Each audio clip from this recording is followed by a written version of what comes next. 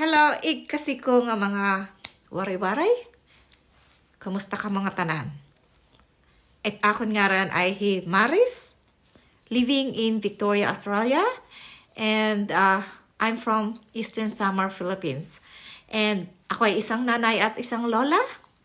And I always wanted to have more time. And at the same time, kumikita.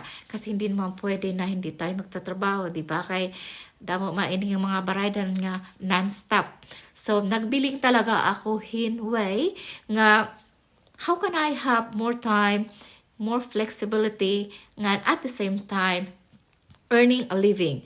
So, makita ko ini nga ad nga sugad hini hit social media, kulawang ko ang webinar, na-inspired ako, pero I also had my doubts. Pero yung kagustuhan ko magkaroon ng more time at saka kumikita, oh my God. And then I said to myself, why not?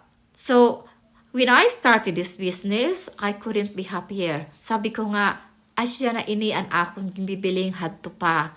So, mga kabayan, ini nga negosyo, pamuli hinintawo nga magkaroon ng more time. Hindi yung stuck ka sa isang, regular na trabaho na asya lagi hapon, living paycheck to paycheck. So mga kabayan, subukan nyo ito.